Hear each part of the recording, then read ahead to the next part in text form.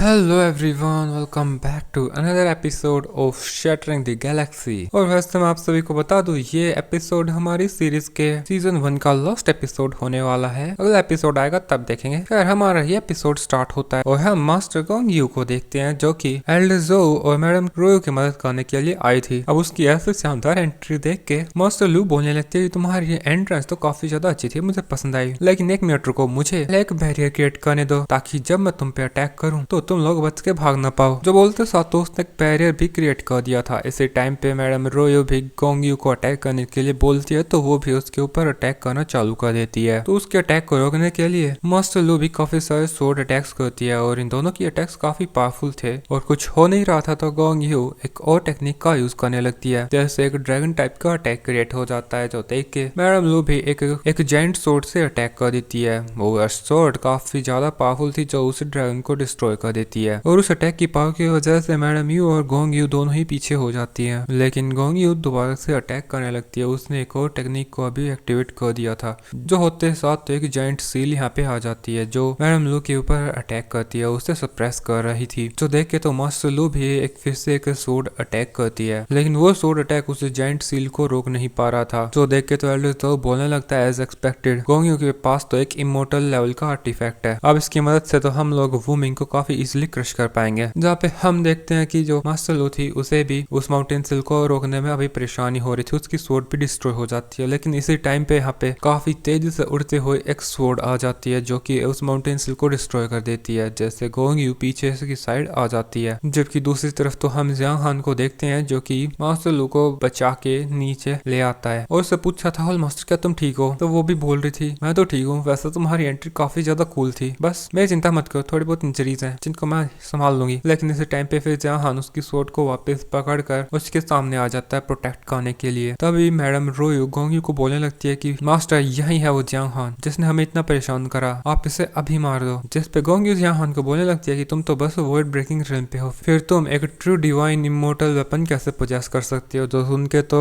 Elder जो भी हैरान हो जाता है, एक ट्रू इमोर्टल डिवाइन वेपन ये इस लड़की के पास कैसे हो सकता है, ये तो सिर्फ इमोर्टल रिल्म में ही अपीयर होते हैं। जो सुन के तो जियांग हान भी उसकी स्वॉर्ड को टच करने लगता है और बोल रहा था मास्टर क्या आपकी स्वॉर्ड सच में एक इमोर्टल वेपन है, और उसके ऐसा बोलते ही यहाँ पे जियांग हान का मास्टर अपीयर हो जाता है। अब हमारे मास्टर को यहाँ पे देख के इन तीनों मास्टर्स की हालत खराब हो जाती है और ये लोग तुरंत ही भागने लगते हैं क्योंकि इन्हें तो लगा था कि ये मास्टर सेक्लूजन में था। लेकिन अब हमारे मास्टर अटैक कर देता है जिससे ये तीनों जमीन पे घुटनों के बल गिर जाते हैं और अगले पल इनकी बॉडी के साथ सोल भी डिस्ट्रॉय हो जाती है। तो देख के तो उनके साथ आए डिसाइपल्स काफी हैरान हो जाते हैं और भाग जाते हैं, लेकिन मास्टर उनके ऊपर अटैक नहीं करता और नीचे आ जाता है। जब मास्टर लो उनकी तारीफें करने लगती है कि वे तो कमाल के हैं और उसे बचाने के लिए उनका बहुत बहुत शुक्रिया। जिसके बाद मास्टर यहाँ से चला जाता है और हमारा सीन चेंज होकर ग्रैंड हॉल में आ जाता है जहाँ पे जो ग्रेट एल्डर था वो काफी ज्यादा गुस्सा था और बोल रहा था कि इतना सब कुछ हो गया और तुमने मुझे अभी तक कुछ भी नहीं बताया। फिर लैंग भी बोल रहा था मास्टर मैं जानता हूँ कि मैं इतने खतरनाक लोगों से फाइट नहीं कर सकता, लेकिन छोटे मोटों के साथ तो मैं भी डील कर सकता हूँ। जिस पे मास्टर लोग बोलने लगती है ठीक है ठीक है ठीक है ठीक है, जो हुआ वो काफी तेजी से हुआ, मैं तुम लोगों को बता नहीं पाई, वैसे भी तुम्हारी किसकी जरूरत है जब एंसेस्टर और मेरे अंकल यहाँ पे हैं। इन दोनों ने तो एक ही अटैक में संभाल लिया सब कुछ, मुझे तो कुछ करना ही नहीं पड़ा। जो सुन के तो ग्रेट एल्डर भी हैरान हो जाता है, लेकिन इसी टाइम पे जियांग हान आगे आके सभी को बोलने लगता है कि वो आप सभी से कुछ बातें करना चाहता है। अब वो जिस लहजे में ये सब बोल रहा था वो सुन के तो लैंग काफी ज्यादा कंसर्न हो जाता है, फिर भी वो उससे पूछ रहा था तो जियांग हान बताने लगता है कि वो कुछ टाइम के लिए बाहर जाना चाहता है। लैंग तो तुरंत ही बोल पड़ता है जियांग हान तुम कहाँ जा रहे हो, तुम्हें मुझे तुम्हारे साथ लेके जाना होगा, मैं तुम्हारा नंबर 1 ब्रदर हूँ, तुम मुझे छोड़ के नहीं जा सकते। लेकिन तभी जियांग हान पैलेस मास्टर को बोलने लगता है कि तियानलुआन सिटी में उसे उसके पेरेंट्स के क्लूज मिले हैं और अब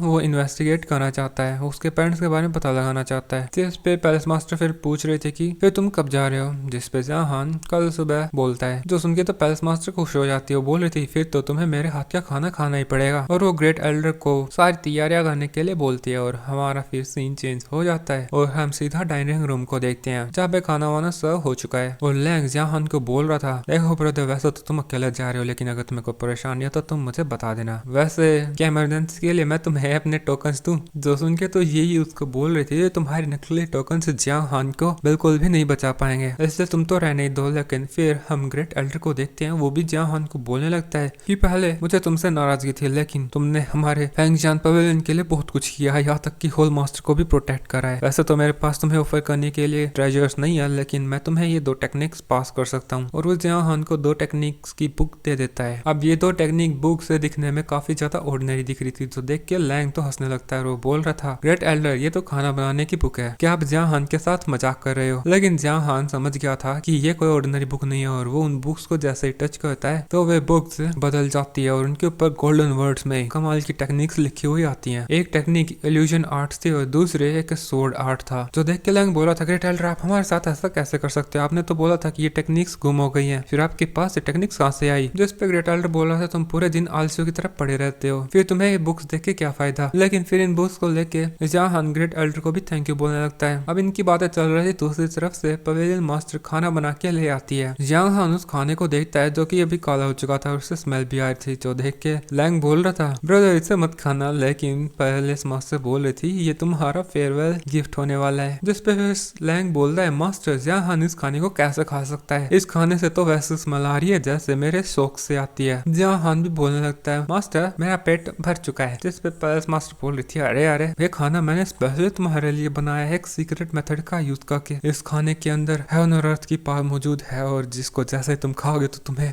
हेवन से ब्लेसिंग मिलेगी। अब मैंने इतनी मेहनत से तुम्हारे लिए खाना बनाया है और तुम ऐसे नखरे दिखाओगे, देख लो मैं तुमसे नाराज हो जाऊंगी। लेकिन उसकी बातें सुन के जियां हान को भी एक आइडिया आ गया था और वो बोल रहा था, अब ये खाना इतना अच्छा है तो मैं इसको अकेला कैसे खा सकता हूँ? इस ब्लेसिंग को तो सभी को एंजॉय करना होगा। लेकिन लैंग दोस्त साफ साफ मना कर रहा था कि वो तो बिल्कुल नहीं खाएगा, उसका पेट दुख रहा है। लियर भी यहाँ से बहाना मार के भागने की कोशिश करती है। ब्रदर बाइली भी पहले ही जियां हान को भाईचारा याद दिलाने लगता है कि जियां हान पहले ही उसके लिए बहुत कुछ कर चुका है, लेकिन उनकी थोड़ी चलने वाली थी। पैलेस मास्टर एक एक गुलाब जामुन को सभी को दे देती है, अब तो खाना ही पड़ेगा। और वे पैलेस मास्टर को मना भी कैसे कर सकते थे? सबसे पहले लैंग खाने को खाता है, लेकिन खाने को खाते ही उसे काफी अच्छा लगता है, क्योंकि जैसा वो दिख रहा था वैसा तो बिल्कुल भी नहीं था। अब उसे खुश देख के फिर ये भी खाना खाती है, जिसके बाद फिर बाकी सभी भी खाना खा लेते हैं। जिसके बाद उसे ग्रेट एल्डर खाता है, लेकिन अभी भी जियां हान के पास 2 लड्डू मौजूद थे और वो पैलेस मास्टर को बोल रहा था एक तो उसे भी खाना पड़ेगा, तो वो भी तुरंत ही एक खा लेती है। जिसके बाद अब सबसे लास्ट में जियां हान खाता है और उससे भी हेवन की तरफ से ब्लेसिंग मिलती है। जिसके बाद जियां हान बोलने लगता है, आज मैं आप सभी से दूर जा रहा हूँ, लेकिन जब अगले बार हम मिलेंगे तो एक शानदार रियूनियन फिर से सेलिब्रेट करेंगे। जो बोलने के साथ ये उनके ड्रिंक्स ऊपर उठा लेते हैं, चीयर्स। जैसे ही ये सब बोलते हैं तो दोस्तों हमारा एपिसोड यहीं पे खत्म हो जाता है। एपिसोड नहीं बल्कि पूरा सीजन 60 एपिसोड का खत्म हो जाता है। Thanks for watching.